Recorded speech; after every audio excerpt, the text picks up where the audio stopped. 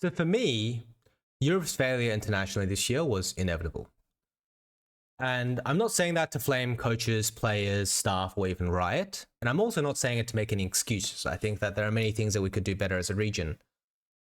But I'm just saying that from a coach's POV based on the format that was released this year. And so let's talk about that, right? To give you guys context, I made a tweet saying, hey, I'm not here to criticize any players or teams. I've made my stance very public and very clear. And once again, this is just my opinion, right? This new 4-season format for Europe is terrible for improvement. I've been caught in interviews saying that this year we'll struggle internationally despite strong rosters, right? Despite strong rosters.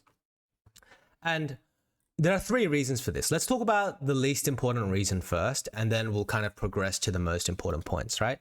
The least important is the format itself and the number of games that you play. So when you look at the 2022 season or before that as well, the maximum number of games that you'd play in a year is 86 stage games. This includes if every game went to a best of 5 and you made a lower bracket run. Whereas in 2023, if you did the same thing for BO3s and BO5s throughout the playoffs, it's approximately 90 games. Of course, you could talk about the season finals as well. And if you include that, you're probably playing approximately, let's just say 5, 10, 15, 20, 110 games maximum, right? But there's also a lot more variance to this as well. Because realistically speaking, these BO5s and these BO3s are not always going to go to a game 5, as you can see, right? And these regular season games are the 100% guaranteed number of games. And if the point was, hey, let's compete against the East by playing more games, well, the LCK play roughly 120 to 140 games a year, minimum. And that's if you look at just their regular season games and assume they only play 40 games, right? 40 games throughout their regular season and excluding their regional finals games, which is the decider for their the decider for their 2nd, 3rd, and 4th seeds, right? And so the whole idea of, hey, let's change this format to give more stage games that are BO3 and BO5 for our teams is a bit of a fallacy because you're not really competing against the East anyway. It makes it a little bit better, but there are so many damaging elements to this that, yeah, I just don't see the point, right? So yeah, to summarize, there are 2 points for point 1. One is viewership and the other was for improvement. You can make an argument for viewership, making regular season games matter more and having more frequent splits, but I also think that each championship is now worth less. For example, a 2023 winter, spring, or summer championship, in my opinion, is nowhere near as valuable as a 2022 championship that we won at Rogue, for example, right? And it also makes it less exciting to watch because of that. And the second is improvement. Obviously, like, as I said, I don't agree with this at all. If you work in a region like Europe, you need to adapt to your region like you would any product or any service or any sport. So let's go on to the next point. The second point for me is high performance. I want to show you guys a quick kind of interview that I did with Thorin. One of the many interviews where I talked about the format. Reset mental. And then you have 3 scrim days a week. That's a huge problem. Before, there used to be 4. So what's really happening is you went from 4 scrim days a week, being able to scrim from, let's just say 2 to 7, to 3 scrim days of high intensity, with regular season meaning so much more. And there is a difference, and I don't want to get too boring here, but there is a difference when you look at, coaching, when you look at high performance, between high performance mindset and high performance environment and an ideal practice environment. They're not synonymous. So for example, when you want to play a really good game on stage, this is a completely different mindset to being able to improve. So you're not getting enough time to really improve. And a lot of the other times, I mean, we'll stop it there, but you get the point. For me, the second reason why we failed is that high performance doesn't equal good training. And teams like G2 and SK love this format because they're winning more, they feel better. And of course, what org wouldn't like that, right? So in their minds, they think that it's better. But if you actually look at the league holistically, your competitors are going to be worse. The region in general is going to be worse. And you're winning because you either have much better players or players that are working really well together from the get-go. And some teams build up throughout the year and some teams kind of just click from day one, right? So I think SK was a good example of this, where they had the Exakicdos duo on bot lane, and of course G2 as well, because they kept a lot of their core, right? Now, what's the difference between high performance and good training? Good training is goals driven, it's process driven, right? It's the idea that you are doing things to improve, where you're setting goals for yourself, where you're doing routines to feel good on the day. You're putting in training, for example, for like 1-to-1s or 2v2s or sessions with psychologists. Whereas high performance is just about, okay, in my current state, I'm going to try play the best that I can. It's not about learning anymore. It's about playing. And when you look at the format, you have 3 game days now, right? You have 3 game days. So you have 3 days of high performance instead of 2. You have 3 days of high cortisol, so high and adrenaline.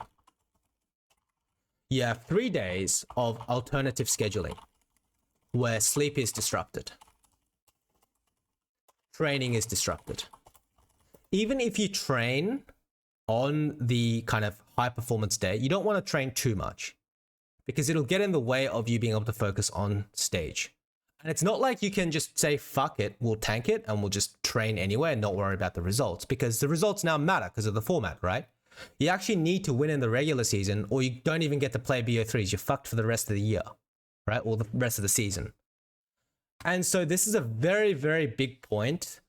And I think that this is where a lot of teams had their kind of ankles gripped and they couldn't move anymore, or they got really like delayed. Heretics was one of these, especially when you're looking at a team that needs the extra time with like Evie's language barrier, right? With essentially 5 players that have never played together playing again.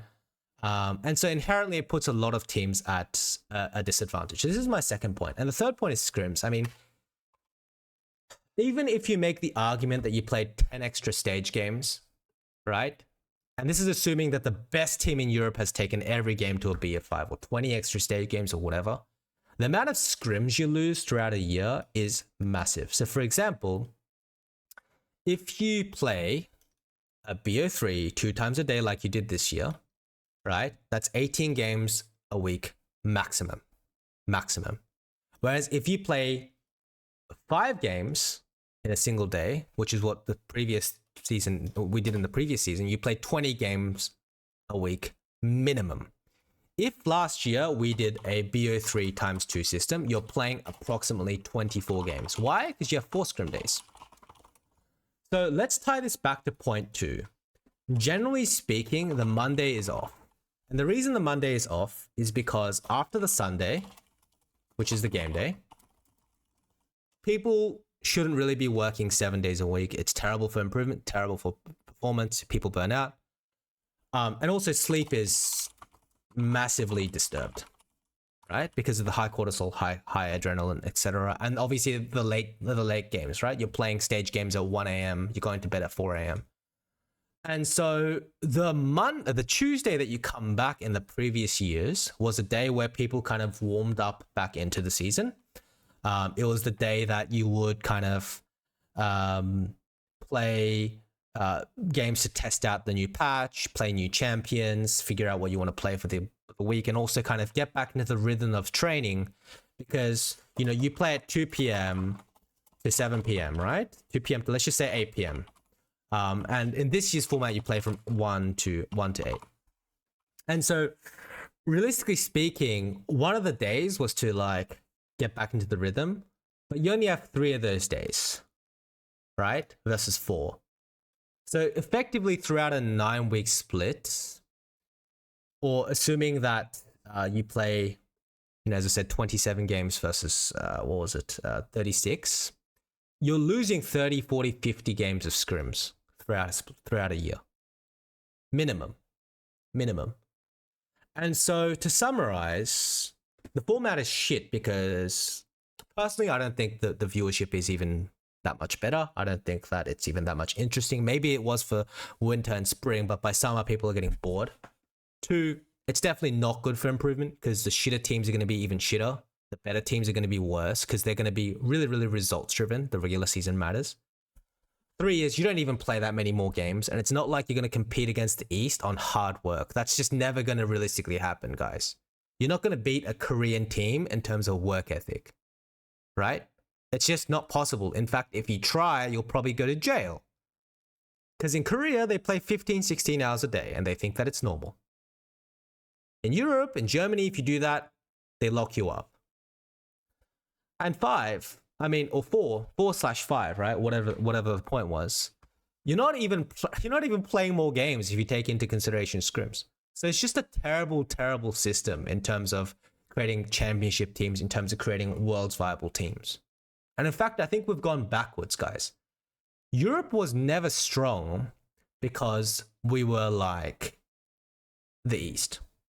Europe was strong because we embraced our strengths. A great example is when Fnatic made finals, when G2 made finals, bringing out Wonder's Pike top, playing a wide variety of champions and not being too stuck to the meta, bringing out pocket picks, being creative.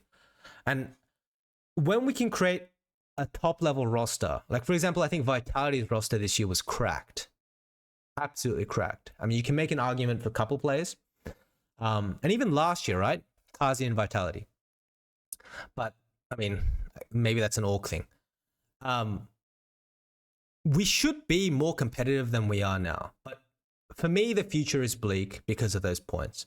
And from the perspective of a coach, I just don't see that this is the better format for improvement. And I think that I've been caught in interviews, but also private conversations where I said, hey, I actually think that Vietnam could beat a lot of our teams. Could beat BDS.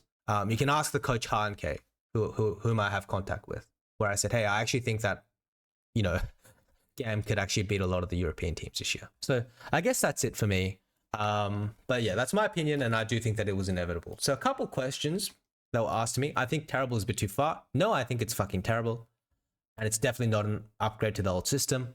And the other one is, what's the main reason? Well, I've told you the other reason, but it's not about the shorter season. It's just about the fact that practice is just going to be more shit. So there you go. Tell me what you guys think in the comments.